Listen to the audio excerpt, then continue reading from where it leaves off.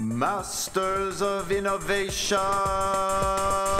Looking towards the future with anticipation, raising up the technological conversation from the east to the west and all across the nation. If knowledge is the cure, then we got the medication.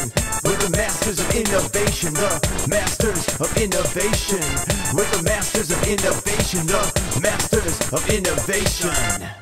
Welcome to the Entrepreneurial CPA Show presents the Masters of Innovation, where we take a deep dive in the knowledge needed to break free the dogma holding you back in your life. We're here with the cutting edge innovation you need to rethink how you look at the world and how you look at the problems you are faced with. We have the Master of Innovation here, the Master of Knowledge, man who knows it all, Joe Brunsman, and Dr. Innovation, Dr. Blockchain, Dr. Sean. On today's show, they're going to take an interesting look at time management in our lives today.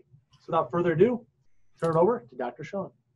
Awesome, Gareth. Thanks for that. And sort of the whole idea of I think being able to manage our time and to be able to use our time both on a personal level and in the workplace is an idea and a topic that is both important, but is often a item that is overlooked, right? Because all of us are more sort of plugged in, right, and more informed than ever before.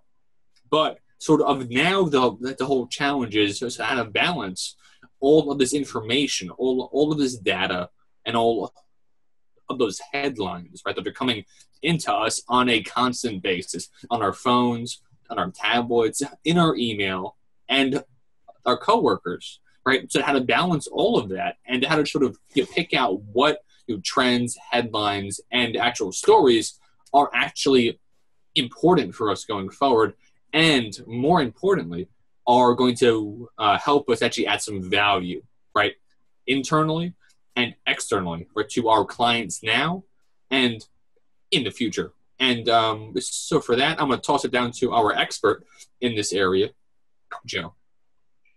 Hey, thanks, Sean. So I'm just going to bring up kind of a couple of things that I've found through my own research, either on PubMed or reading various medical journals, things that I've found that are scientifically based that I've tried out that also help me personally. Okay. So probably just generally speaking for everybody, the first thing that I've used for time management is I turn off every single notification on my phone, every single one. Yep. So outside of somebody physically calling me, because then that could potentially be an emergency of some sort. If it's an email, rarely does an email require an immediate response, right? So everybody, we kind of get wrapped up into thinking, I'm really, really important. I need to do everything right now. And that's just simply not true. So the first thing I do, of course, turn off all those notifications. The second thing I do is because, the people at these companies that are making cell phone technology or social media platforms, they're really, really smart. And they've actually come out and they've said, hey, we're trying to make this addictive. This is what we're trying to do. And it's had bad consequences. So what I found, which is kind of a neat little hack, is take your cell phone, put it on reading mode if you have that option, or a black and white mode. Or airplane mode, perhaps? Not even necessarily airplane mode unless you're really doing a deep dive into something that takes a lot of brain power. Sure. But just putting it on a black and white or a reading mode, if you pick up your cell phone and it doesn't have all those bright, shiny colors on it, it's just not interesting to look at. It's like looking at a book, so you might as well just turn it off and put it to the side. Outside of that, kind of broad brush here is I like to focus my day and plan my day the night before, and I want to do only things that I can do, right? So I'm constantly trying to hone that down just to do things that only I can do inside of my business. And I think a lot of firm owners could do the same. So everything else, I either try to farm out to my assistants or I can outsource it somewhere else.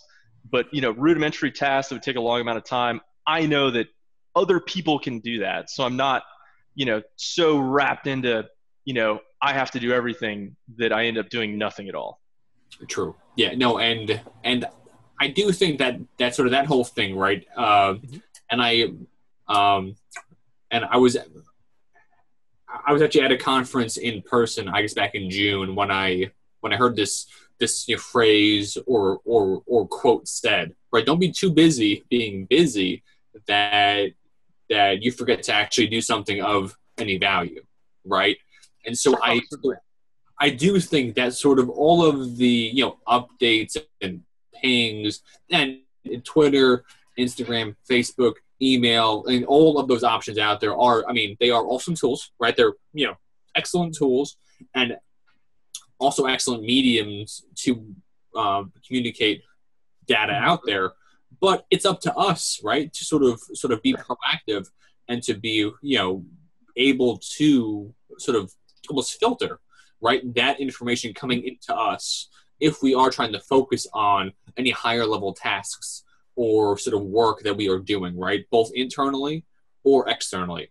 So, Joe, to sort of wrap up our conversation here, is there any one task, one app, one idea, or sort of one sort of mindset that you would advise individuals out there who are trying to sort of get better at managing time, right? Because all of us aren't able to always turn off all of our updates, right, on our phone or tablet, or to do it all at once. Sort of, what is that basic first step?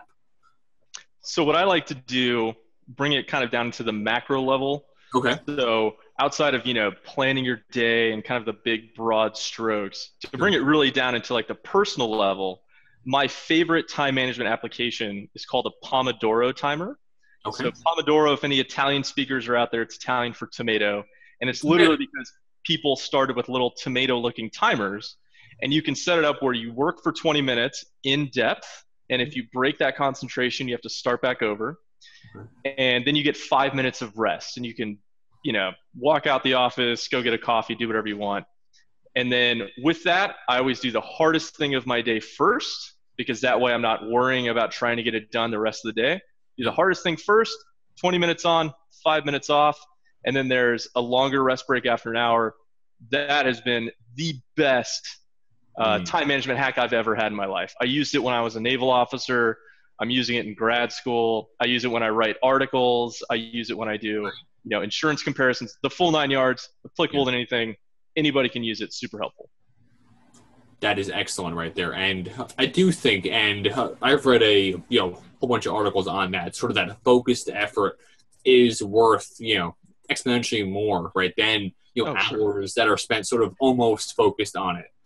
And with that, I'm going to toss it back to Garrett to sort of wrap up our episode here today.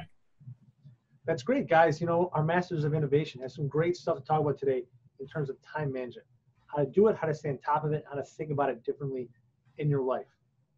If you have questions on how to do some of those things they've talked about, how to take back control of your time management in your life, reach out to them. Dr. Sean and Joe, we're always happy to help, happy to work with you, happy to give you the knowledge you need to manage time in your life. Because there's really so much time in each day, we got to stay on top of it.